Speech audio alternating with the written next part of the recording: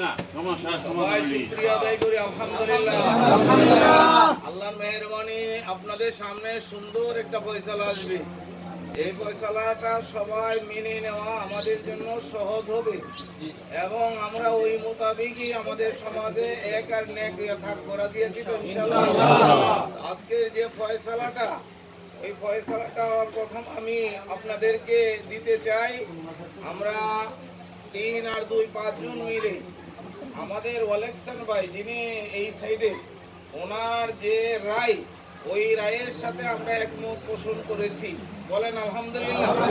আপনাদের পক্ষের, আপনাদের সাইডে অর্থাৎ জুমার নামাজ হবে এটাতে, শরীফ ভাইদের এটাতে জুমা হবে, ওয়াক্ত দিয়া নামাজ হবে ওটাতে।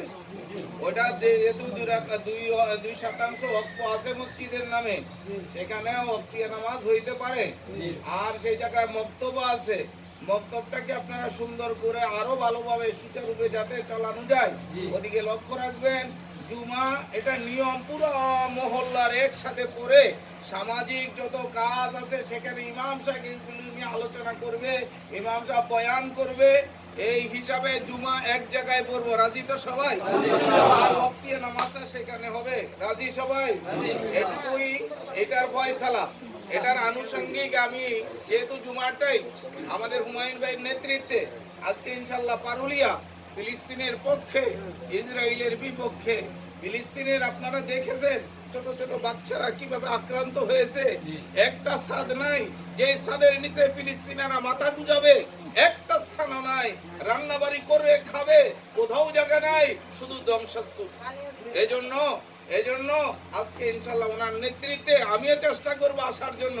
আমি যেহেতু জুমা পড়া ঈদা খোলা, আমি জুমা পড়ে আসার চেষ্টা করব। আপনারা জুমা বাদ জুমার সাথে সাথে হুমায়ুন ভাই সাথে ইনশাল্লাহ, হ্যাঁ আমি কতক্ষণ তাইলে আমরা ইনশাল্লাহ এটাতে শরীক হব।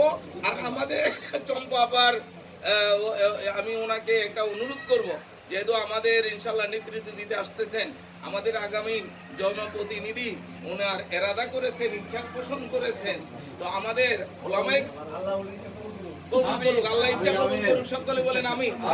আর আমাদের যে আমাদের উলামাদের আলেমদের মধ্যে একজন আলেম আপনাকে করে জানাইতে চাই, সৈকত।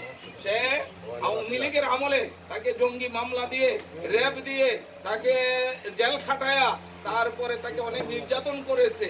আল্লাহ এই ইয়ার থেকে যেন রেহাই পায়, এই মামলার থেকে রেহাই ইনশাল্লাহ একেবারে অনুকূলে আছে। আপনি একটু খেয়াল রাখবেন, যদি কোনো সমস্যা হয় এটা যেন অতি তাড়াতাড়ি হয়ে যায়।